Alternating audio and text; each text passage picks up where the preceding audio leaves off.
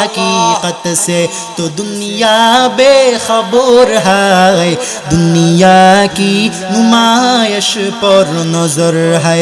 नमी गुयम के अज दुनिया जुदा बाश, बाहर कारे के बाशी बा खुदावाश।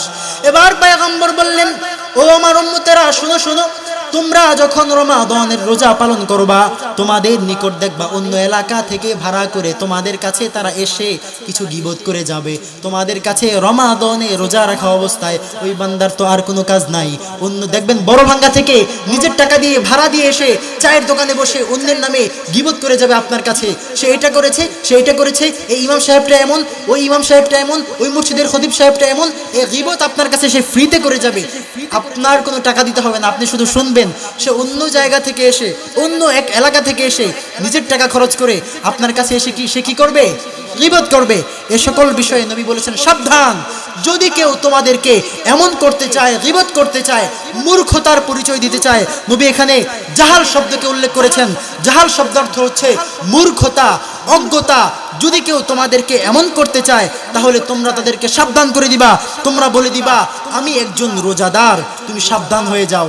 তুমি কার কাছে তুমি গীবত করতে চাও? তুমি কার কাছে এসে মিথ্যা কথা বলতে চাও? কার সঙ্গে এসে অহেতুক ফালতু কথা তুমি বলতে চাও? আমি তো একজন রোজাদার, সুতরাং এই সকল কথা তুমি আমার সঙ্গে নয়, এগুলো তুমি তোমার বাসায় গিয়ে বলো। বুঝাতে পারলাম তো আপনাদেরকে?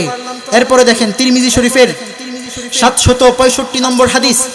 এই হাদিসের মধ্যে সাহাল ইবনে সাদ রাদিয়াল্লাহু তাআলা আনহু থেকে বর্ণিত, তিনি বলেন ফিল জান্নাতি বাবুন ইউদআ রায়্যানা ইউদআ লাহু সাইমুনা, জান্নাতের মধ্যে যারা রোজাদার হবে তাদের জন্য একটা জান্নাত রয়েছে, ওই জান্নাতের দরওয়াজার নাম হলো রায়্যান। দরওয়াজার নাম কি? জান্নাতের দরজাটির নাম কি? সবাই বলেন নাম কি? রায়্যান। কত চমৎকার নাম! এই রায়্যান, এই দরজা থাকবে একটি দরজা, এই দরজা ইউদআ লাহু সাইমুনা, যারা রোজা রেখেছে তাদেরকে আহ্বান করবে, তাদেরকে ডাকতে থাকবে, আসো হে রোজাদার, আসো আমার এই দরজা দিয়ে তোমরা জান্নাতের মধ্যে প্রবেশ করো। পয়গম্বর বললেন ফামান কানা মিনাস সাইমিনা দাখালাহু ওয়া মান দাখালাহু লাম ইয়াতমা আবাদা। রমাদানে রোজা পালনকারীরা এই দরওয়াজা দিয়ে জান্নাতে প্রবেশ করবে, আর যারা প্রবেশ করবে কিয়ামত পর্যন্ত কোশ্চিনকালেও তার আর কখনো তৃষ্ণা পাবে না। কি পাবে না? এই দরওয়াজা দিয়ে প্রবেশ করার পর কখনো তাদের আর তৃষ্ণা লাগবে না। তাহলে কি রমাদানের রোজা দামি না বেদামি? রাখার দরকার আছে না নাই? আরো জোরে বলতে হবে, আছে না নাই? রাখবেন তো আপনারা ইনশাআল্লাহ? কারা কারা রাখবেন দুটো হাত দেখতে চাই। নারায়ে তাকবীর, নারায়ে তাকবীর, নারায়ে রিসালাত। রব্বুল আলামিন আমাদেরকে কবুল করুন, সকলে পড়ি আমিন। এবার তৃতীয় আরো একটি হাদিস আমি আপনাদেরকে বলবো, এবং তারপর রমাদানের রোজা না রাখলে কি শাস্তি হবে সে বিষয়ে আপনাদেরকে আলোকপাত করার প্রয়াস চালাবো ইনশাআল্লাহ তাআলা। পয়গম্বর বললেন লিস-সাইমি ফারহাতানি, ফারহাতুন হিনা ইফতিরু ওয়া হিনা ইলকা রাব্বাহু। তোমাদের মধ্যে যারা রমাদানের রোজা রাখবে তাদের জন্য দুইটা সুসংবাদের বিষয়, দুইটা আনন্দের বিষয়।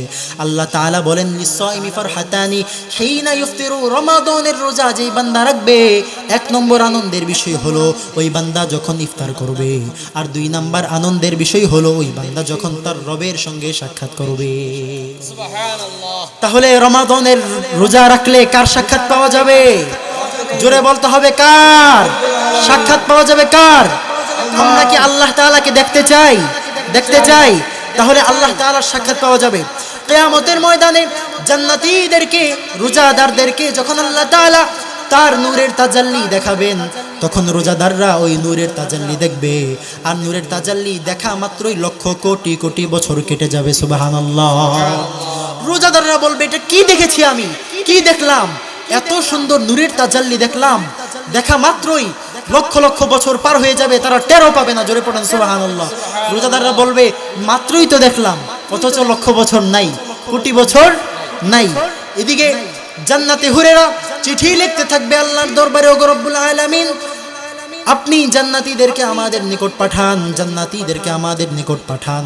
চিঠি লিখতে হবে, আল্লাহ তাআলাকে বলবে আল্লাহ আপনি আপনার মাজলিসটাকে সমাপ্ত করে দেন, জান্নাতীদেরকে আমাদের নিকট পাঠায়া দেন।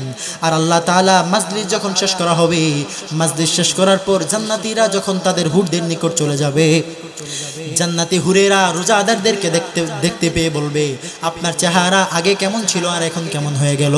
আপনি যখন আল্লাহর মাজলিসে বসার আগে ছিলেন তখন আপনার চেহারাটা যেমন ছিল, আর আল্লাহর দরবারে আল্লাহর মাজলিসে বসার পর আল্লাহ তাআলার নূরের তাজাল্লি আপনার চেহারার উপর পড়লো, আর নূরের তাজাল্লি আপনার চেহারার উপর পড়ার কারণে আগের থেকে লক্ষ কোটি কোটি গুণ বেশি নূর আপনার চেহারার মধ্যে প্রকাশ পায়।